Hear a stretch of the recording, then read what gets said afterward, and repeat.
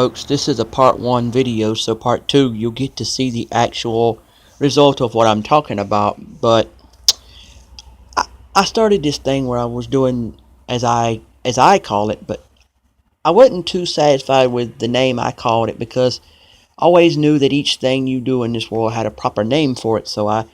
And before I go too far, you know who this is. And if you don't, this is Pastor Brother Isaac David Brigmond, the pastor of the Christian Hearts Christian Fellowship online ministry, and I wanted to touch base with y'all and tell y'all that I'll do a video later on about me with the end result of what I'm going at. But I'm going to do throughout the week different videos. I'm going to do church services, and I'm going to do chit chat videos. And right now I was talking about something that I'll show you a picture of later. Picture meaning a live, view of what it looks like. Anyway, I was looking on the internet. I was looking on YouTube, and I wanted to find out what the name of it was. Those, as I call it, chinless mustaches. Well, I looked at one video and it said friendly mutton chops, which basically means if you take and mix a mustache with the facial style of Wolverine from the X-Men. And now when I saw the picture in the little black and white, cartoon sketch little thing, or whatever you want to call it, they did in that video, I said, that's me. But if y'all know what that, like the one that you seen in the old days, like the Victorian times of America and England, or either like was it some of the presidents of the United States, the chinless beard thing they did, was it Van Buren or one of them? I can't remember, but you know which one it is, because facial styles I'm not up to date with on our past presidents, but I do know about what it is. But anyway, I decided to do that, and it's been going good so far. It's sort of like I had the scratch what I said. I had the sideburns, I meant to say, going on. Do remember, I do blunders, and my blunders are pretty well known and also explained by me because I don't feel right about it, just doing them without telling you. But I was going to say that I had the sideburns already, so I just took and I already had the guess you call it the handlebar mustache thing going on. So I added the sort of like the goatee mustache thing, the handlebar mustache going on. So I just took the sideburns I already had and linked the mustache to the sideburns. Okay. I know that I'm a Christian man, but for some of you people who have a wild imagination and know what things are when someone describes them to you, just like you snap your fingers, sort of like the Lemmy beard, the beard of Lemmy Kilmister from Motorhead, that kind of beard. It was not because of him that I done that. It's just I've been wanting to do this for a while, and I just decided try it. And yes, I know I have a big critic called a wife, and I do know that if she don't like it, I will undo it. But until then, I will just keep going until I've seen it fully black or brown, however God wants it to be. Yes, I'm 36, and yes, I have seen some white hairs in my head and face. I've seen little hairs start to come on my face that happen to be white. I do know that some people say that some folks get white-headed before they're even old people. Maybe like they're older 30s and stuff like that. Well, I am near 40. And, people, you just got to learn to deal with, how you want to do things in life. And don't worry if somebody don't like what you're doing.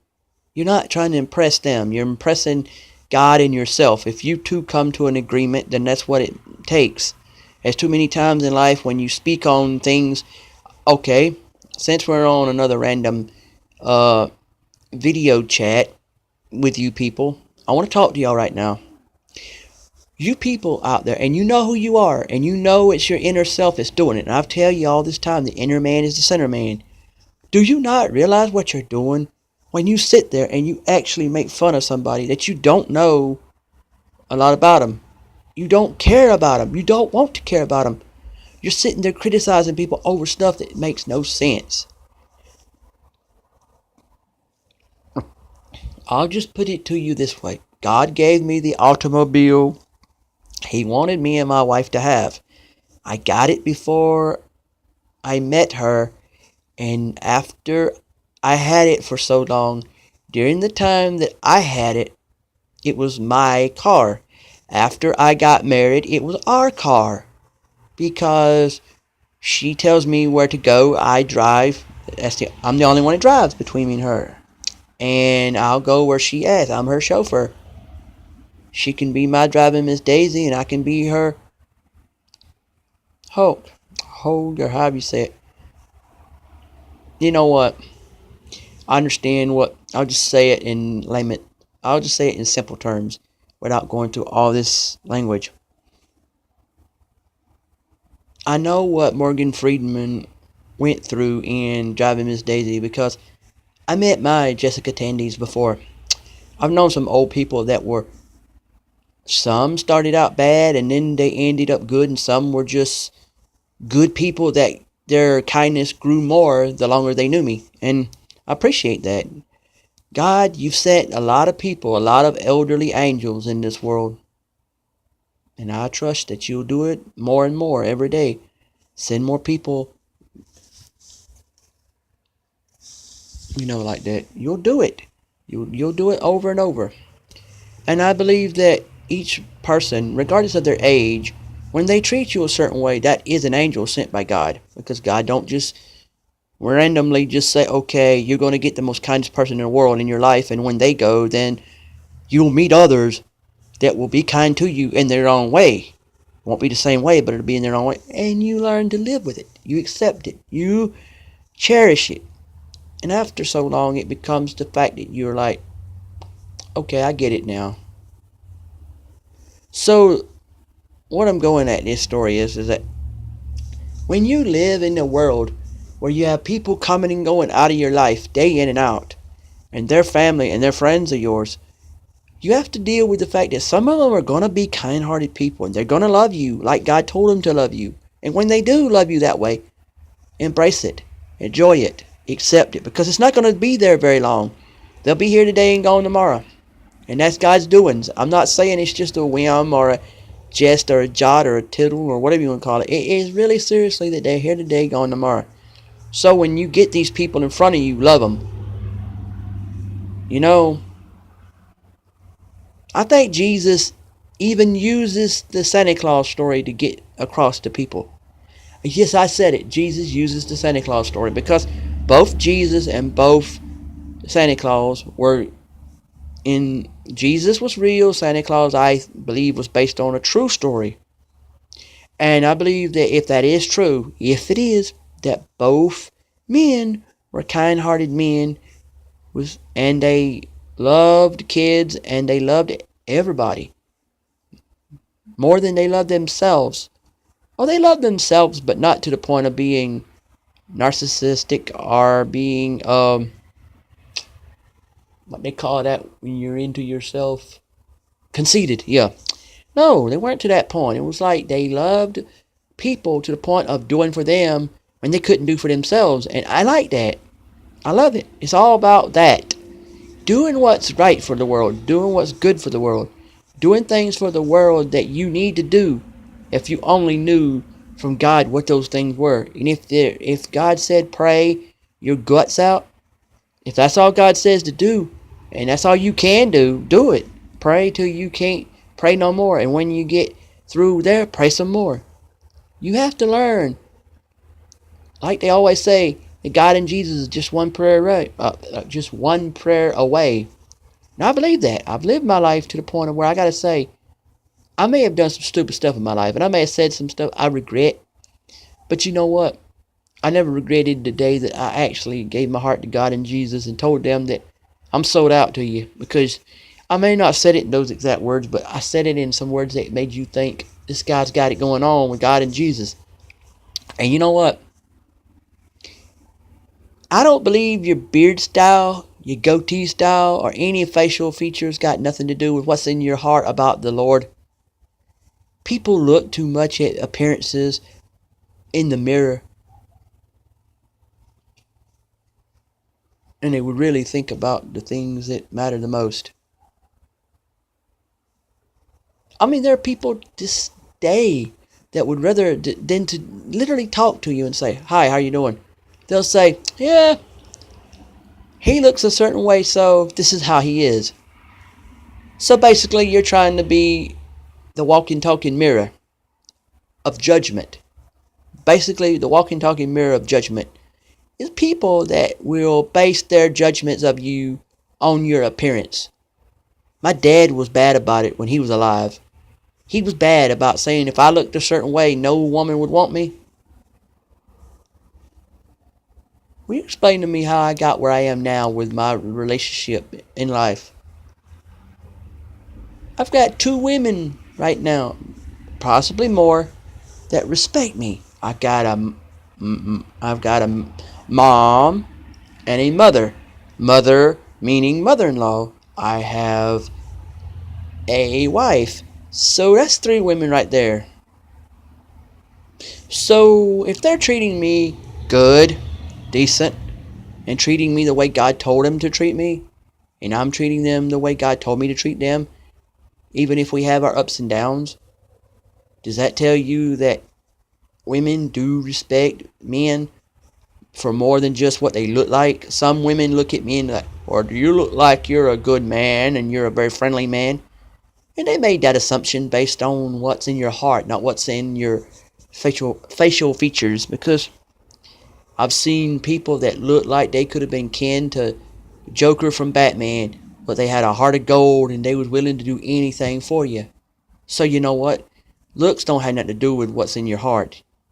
What's in your heart and in your brain is controlled by how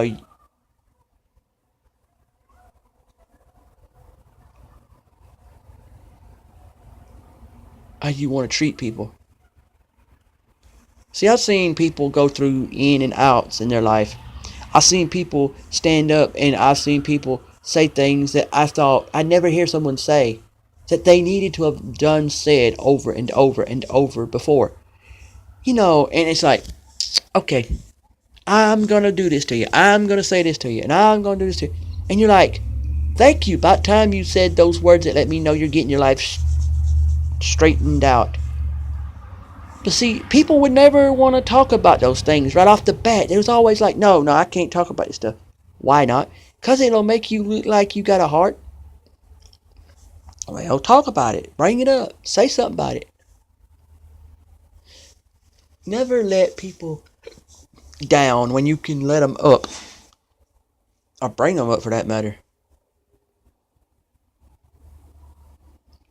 I've known guys to see an opportunity to do something wrong and they ran to it before they ever thought about how's God going to feel about that? How's Jesus going to feel about that? Not so good when you're sitting there quoting in your own mind words you've said to yourself over and over. I will do this, I will do this, and all that. And it makes you think, well, if I said I will do it, well, shouldn't I just go ahead and do it? Not exactly. I've lived in a world where I said I was going to do things in my life. When I said that, I had to think, ho, ho, ho, ho, ho, some of that mess you can't do because if you did it, you'll be a sick, sinful man. And some things in life I said I was going to do, the sin in it was to say you're going to do it and not do it. And people look at you like, sir, I'm glad you want to be a good guy, but the problem is being a good guy, you know, it takes more than just saying what you want to do. To be a good guy, you got to do some of them. So it's like some things you say you're going to do, they're wrong if you do them. And there's some things you say you're going to do, you're wrong if you don't do them. Don't procrastinate. You love that man across the street. How do you love him? You love him as a relative that is not even kin to you? but he's kin to you by God, go talk to him. Tell him, hey, neighbor, I meant to talk to you something. You know about Jesus? Oh, yeah, I know Jesus well. Oh, do you? I do too. It's like, oh, do tell. Let's talk this over a cup of coffee. All right. Well, what's your best experience with Jesus?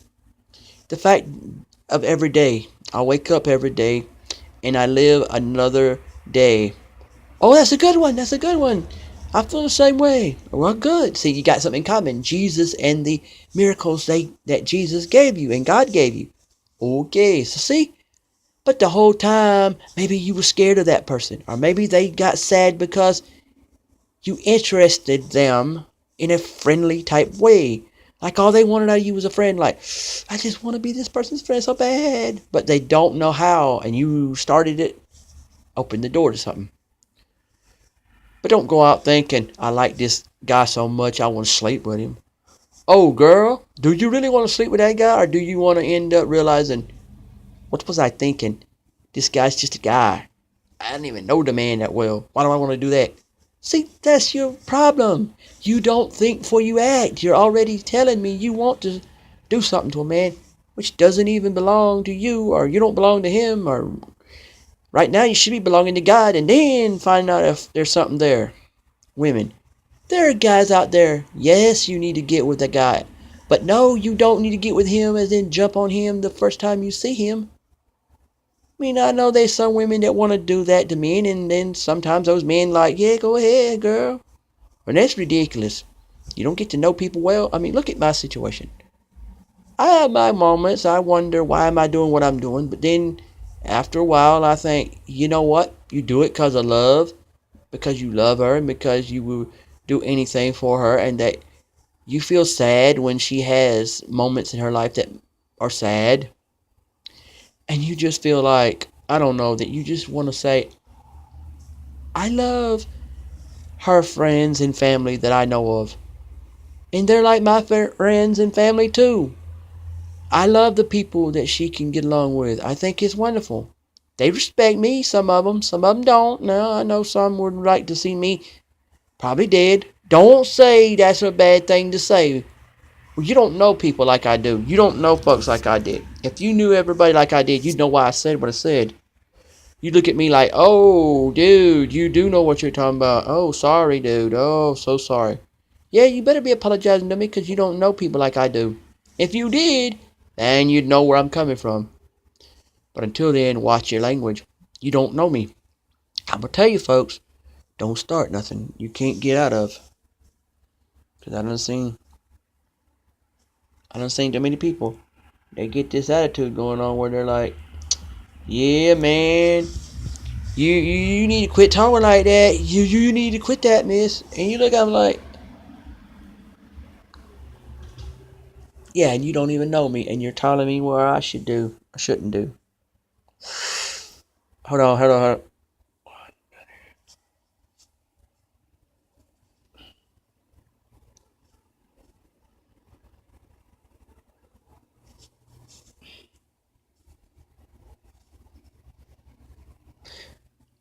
Never notice you'll get long hairs on your eyebrows in the weirdest places on the eyebrows, like sometimes under the eyebrow, right over your eye, and you'll be randomly looking in different directions, and all of a sudden you see this faint object, and it's a long hair right over your eye, just over. I mean, right under the eyebrow. Just it's like it'll be over your eye, just under the thick eyebrow, close to your forehead, and you'll be like, be pulling at those hairs, trying to get them to basically go out of your head. That's life too. You can't pluck out all the long ones in your life. Long ones meaning people that act like a bunch of ridiculous people that don't know what they're talking about. If they don't know what they're talking about, yes, you could just ignore them and then they leave you alone. But the problem is, you have to address it like, I said what I said and it's out there. So I might as well suffer what I had to suffer for what I said. I'm not saying I was right nor wrong. I'm saying that I do some stupid stuff and I regret a lot of my stupidity. But I don't regret being with God. And I do agree that if you turn and tell people the truth at times, when God says to, you're better off. So, moral of my story is forget trying to please the world. If God says speak it, you speak it. Don't worry about if they verbally bash you for it. Like I said last time, kids, you kids out there nowadays, y'all too busy talking about all this mess that you like to do and like to say and like to be. And it's easy to say that, but if you don't have God, you can't do half that stuff. And another thing, you kids out there who decide that church is not for you, like I said before, if somebody in the church ever does something to you that you don't approve of, let it go. Don't worry. You ain't them. You got to deal with God. So worry about that more. And I hope y'all have a good holidays. Because Jesus is the reason for the season. It isn't about all this presents. Come on, presents are fun. And if someone gives you any, accept them. But don't go around, well, you know what? This is what's going to happen. No, it's not about all that.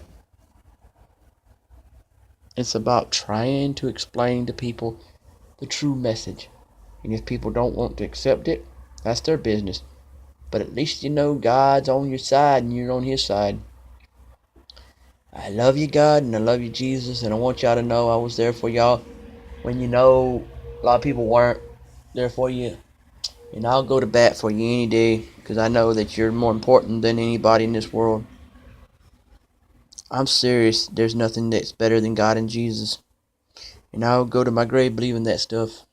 And I've always, once I learned what y'all were about, I always felt that way. And that's the way I'm going to stay that way. But that's just life. You can't.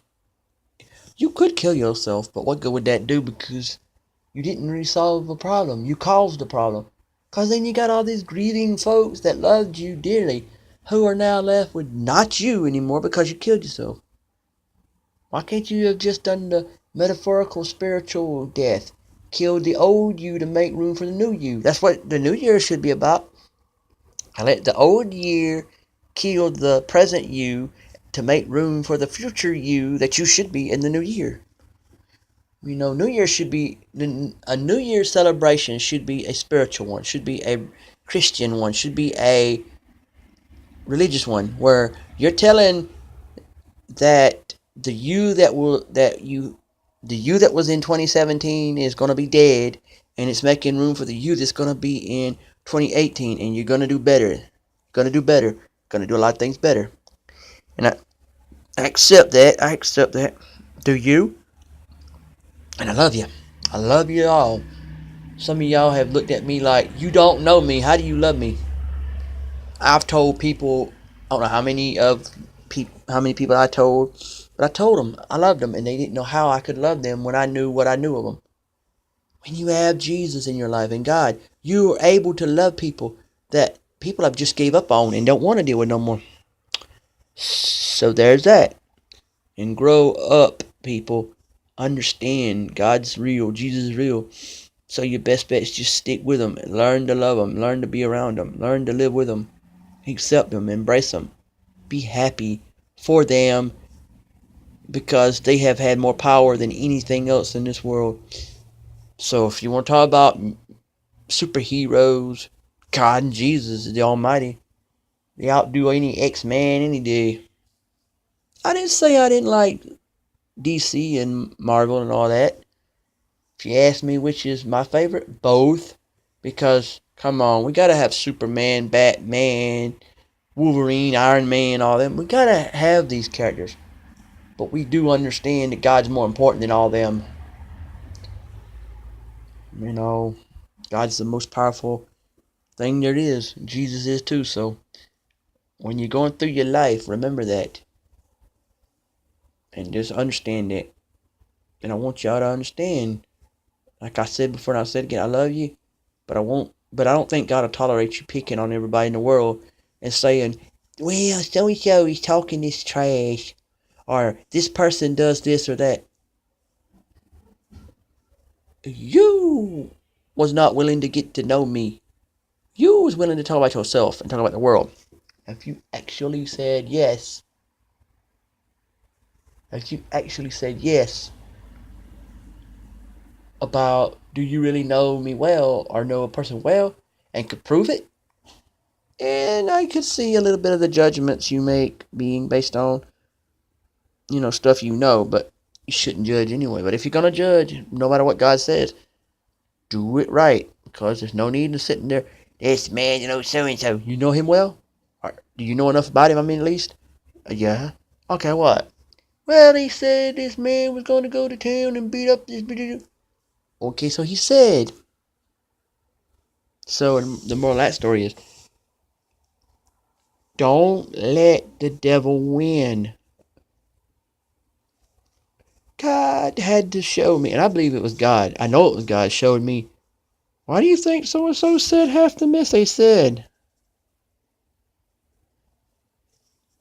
Probably because they were mad at you for stuff that you were saying that they just can't stand.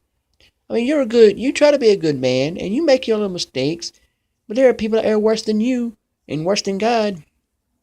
That, and I don't mean worse than you in the sense of who's better or who's worse, but worse than you in the sense of look at yourself as if you were God. And these people are sitting there talking about you, trashing you out, telling the world what you are and what you were not, or what you're doing. If I really wanted to do half the stuff people said I did, I would still be trying to do something that I wasn't even doing in the first place.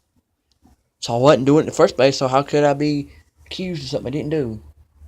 And I'm talking about a multitude of things. Oh, you did this. Oh, you did that. It's one thing to another.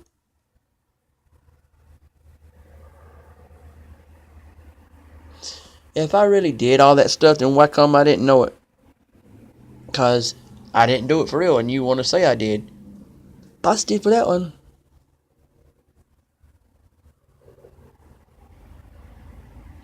But anyways, I better let you go. I spoke too much. But let's just remember, it's getting time of the year when the weather is getting cooler. It's about time to celebrate a very special man's birthday, Jesus Christ.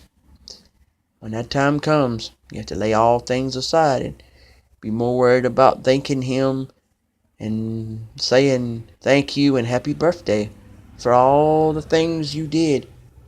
I owe it to you to happy birthday you all the time. Happy December's his birthday, so remember that.